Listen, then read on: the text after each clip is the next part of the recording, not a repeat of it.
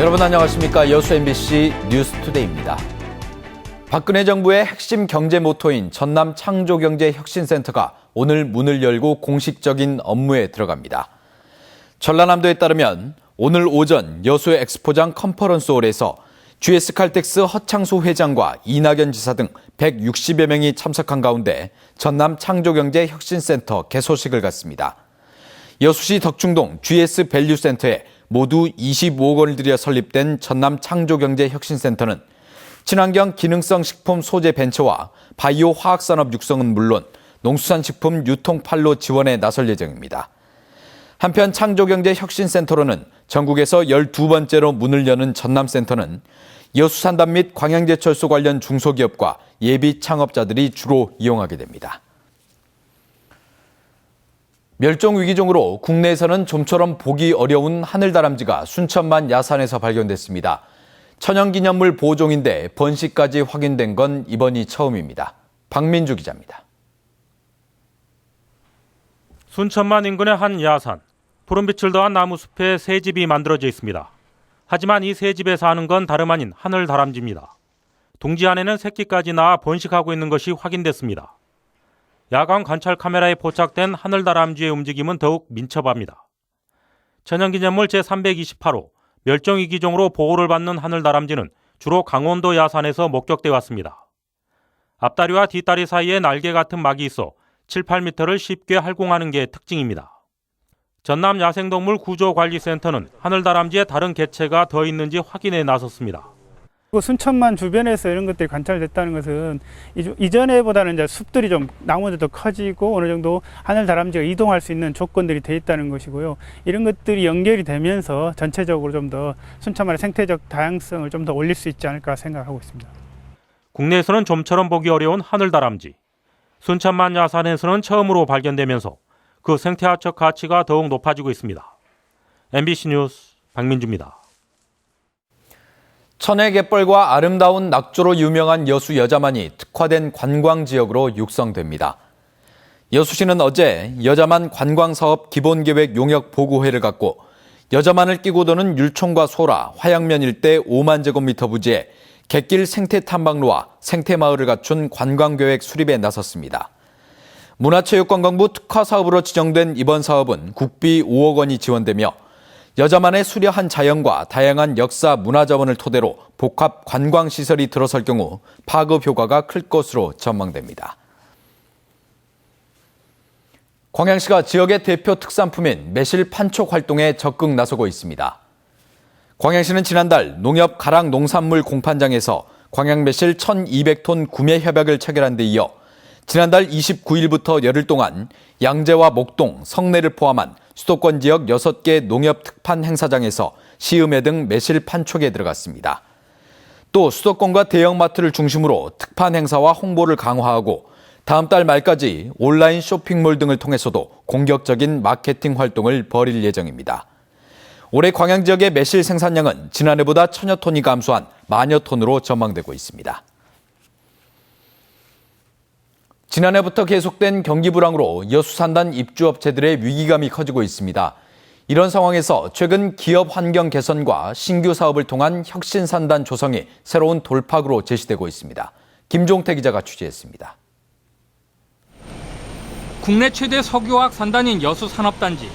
산단 입주기업 상당수가 연차 보수 기간에 맞춰 공장 가동을 멈췄습니다. 명목상 정기 보수라고는 하지만 지난해부터 계속된 경기 침체로 매출 감소세가 지속되자 가동을 잠시 멈추는 것이 오히려 수지 타산을 맞출 수 있다는 궁여지책으로 여겨지고 있습니다. 상승세인 국제유가도 지난해 이후 하락폭이 큰 데다 주요 수출국이던 중국의 석유화학 자금률이 높아진 것도 석유화학 업체의 경영을 어렵게 하고 있습니다. 올해 상반기 여수산단 생산액은 지난해와 비교해 30%나 줄었습니다. 전년 동월에 비해서 생산액은 30%, 수출은 25% 감소하였습니다. 그 주된 원인은 세계 경기 회복 기전에 따른 수요 감소와 국제 유가 하락에 따른 석유화학 제품 단가 하락에 있다고 볼 수 있습니다. 여수산단이 최근 정부가 추진하고 있는 혁신산단으로 지정되면서 새로운 변화를 꾀하고 있습니다. 부가가치가 높은 사업 추진을 위한 연구센터 건립과 산학협력 지원센터가 들어섭니다. 또한 노후된 생산시설의 정비는 물론 근로자들의 근무 환경도 대폭 개선됩니다. 이런 사업에는 오는 2025년까지 모두 3,500억 원이 들어갑니다. 혁신 산단을 통해서 이런 기반 시설도 좀 정비를 하고 그럼으로써 어떤 기업의 경쟁력도 강화를 하고 이 사업이 예정대로 추진된다면은 우리 지금 현재 좀 경기 어려운 우리 여수 산단에 좀 획기적인 어떤 발전의 기회가 될 수 있을. 대내적인 여건 변화에 따라 불황의 그늘이 길어지고 있는 여수 산단 석유화학업계. 산단 경쟁력을 회복하기 위한 혁신 산단 조성이 새로운 돌파구가 될지 업체와 지역의 관심이 높아지고 있습니다. MBC 뉴스 김종태입니다. 여수공항을 경유하는 순천 시내버스가 어제부터 운행을 시작했습니다. 순천시는 순천과 여수공항을 오가던 공항버스가 이용객 감소로 운행을 중단함에 따라 어제부터 96번 시내버스를 하루 18회 50분 간격으로 여수공항까지 운행하기로 했습니다. 순천시는 우선 96번 시내버스를 공항 내 승강장까지 운행하고 항공기 운항 시간에 맞춰 버스 운행 시간도 조정할 계획입니다. 광양시가 도내 최초로 소규모 공동주택에 대한 안전점검을 실시합니다. 광양시는 내일부터 이틀 동안 준공된 지 28년이 지난 광양읍 동백과 진성연립, 백운 광동아파트 등 4개 단지 6개 동에 대한 건물의 하중 조건, 균열 등 결함조사와 함께 건축물 기울기 조사 등 전반적인 안전점검을 실시합니다. 광양시는 도내 최초로 실시되는 이번 소규모 공동주택에 대한 점검을 통해 주택 안전관리 계획을 수립하고 문제점이 발견되면 보수 보강 대책도 세울 계획입니다. 유통업계에서 면세점은 소위 황금알을 낳는 거위로 불립니다. 광주시와 신세계가 함께 추진 중인 특급 호텔도 이 면세점 유치 여부에 따라 성패가 갈릴 것으로 전망됩니다. 한신구 기자의 보도입니다. 250객실 이상의 특급 호텔을 짓기로 지난달 협약을 맺은 광주시와 신세계. 실제 내년 착공에서 완공까지 가장 큰 관건은 면세점의 유치 여부입니다.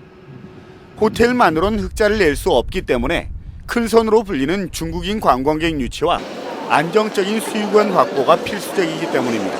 명품이라든지 고가의 상품 그리고 다양한 쇼핑 항목들을 요구하는 부분들이 있기 때문에 분명 이런 수요적인 부분에서 필요한 부분을 충족시켜줄 수 있는 대기업의 참여도 필요하고요. 서울에서 면세점을 운영하는 호텔 롯데와 호텔 신라가 이를 잘 보여줍니다. 호텔 수익은 10에서 15% 정도에 불과해서 85% 이상인 면세점 수익으로 보전하고 있습니다. 어제 면세점 4곳에 대한 추가 특허 신청에 신세계와 하나 등 7개 대기업과 유진 등 10개 중소 중견기업이 몰린 것도 이 때문입니다.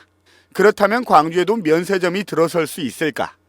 현재로서는 호텔과 연계해 중소기업이나 중견기업이 참여하거나 외국인 관광객이 1년 전보다 30만 명 이상 늘어야 합니다. 그렇지만 연간 6, 7만 명에 불과한 외국인 관광객이 하루아침에 늘기 힘들고 지난해 관세청 고시 개정으로 호남권에서 광역권으로 바꿔 사실상 힘든 상태입니다. 광주시는 때문에 관세법 재개정과 대기업의 참여가 가능하도록 규제를 풀어줄 것을 정부에 건의하고 있습니다.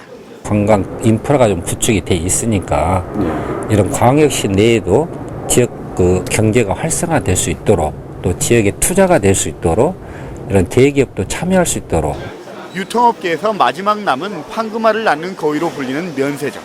광주 관광의 행군 과제인 특급호텔 유치와 관광 활성화를 한 번에 잡는 묘수로 꼽히지만 갈 길은 아직 멀어 보입니다. MBC 뉴스 한신구입니다. 유력 국회의원 사무실 인근에 박혀있던 전봇대를 한전이 철거한 것을 두고 특혜 의혹이 불거지고 있습니다.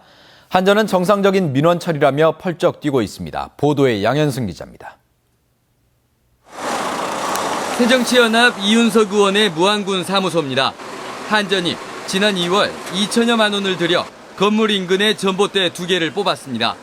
한전은 노후된 전봇대가 건물로 기울어 위험하다는 의원실의 민원이 2차례 접수된 데 따른 거라고 설명합니다. 특혜 의혹 아니냐, 갑질이 아니냐, 그런다면 작년에 해줬죠. 시민사회단체들은 상가 앞에 다른 전봇대는 그대로 놔두면서 유독 국회의원 사무소 인근 전봇대만 철거한 것은 특혜라며 반발하고 있습니다. 한전은 이 의원 사무소 앞뿐만 아니라 다른 전봇대도 민원에 의해 이설한 사례가 있다고 밝혔습니다. 인도 조망이가 있기 때문에 이 선전은 반드시 퇴거가 돼야 됩니다. 왜? 특히 지금 현재 가옥축으로 가 있고 인도 조망이 있는 전주는 우리 한전에서 반드시 빼줘야 될 전주입니다. 한전은 이의원 사무실 인근의 다른 전봇대도 추가 철거에 나섰습니다. 계획들이 있었던 것입니다. 오늘 옮기면 이거 하나 옮기고요. 또 이쪽에 또 하나 있습니다. 이 앞에가 똑같은 사이로 보차가 안쪽에 들어가 있습니다. 이걸 또 저희들이 계획 중입니다. 그러나 시민사회단체가 대규모 집회 신고를 경찰에 접수한 지 하루 만에 한전이 설계를 끝내고 집회를 하루 앞둔 시점에 공사를 시작한 것으로 확인되면서 배경에 궁금증만 커지고 있습니다. MBC 뉴스 양현승입니다. 전남 지역 도박 중독 상담자 가운데 순천 지역 거주자가 가장 많은 것으로 나타났습니다. 광주 도박 중독 예방 치유센터에 따르면 현재 센터 이용자 652명 가운데 전남 지역 거주자는 25.4%인 162명이었으며 지역별로는 순천이 28.4%로 가장 많았고 여수 9.7%, 목포 9% 등의 순이었습니다. 도박 유형별로는 스포츠 도박이 52.7%로 절반 이상을 차지했으며 카드 16.5%, 인터넷 도박 9.7%, 주식 7.7% 등으로 집계됐습니다. 여수 엑스포 조직위원회 부지에 들어설 예정인 주상 복합 아파트를 두고 인근 주민들이 조망권을 침해한다며 반발하고 있습니다. 여수시 덕충동 여수 엑스포 힐스테이트 아파트 주민 30여 명은 어제 여수시청 앞에서 집회를 열고 조직위원회 자리에 새로 들어서는 고층 주상복합 아파트로 인해 조망권 침해가 예상된다며 아파트 층수를 조정해야 한다고 주장했습니다. 여수시에 따르면 해당 용지에는 한 건설사에서 15층 규모의 주상복합 아파트를 지을 예정이며 현재 여수시에 건축허가 신청서를 제출한 상태입니다.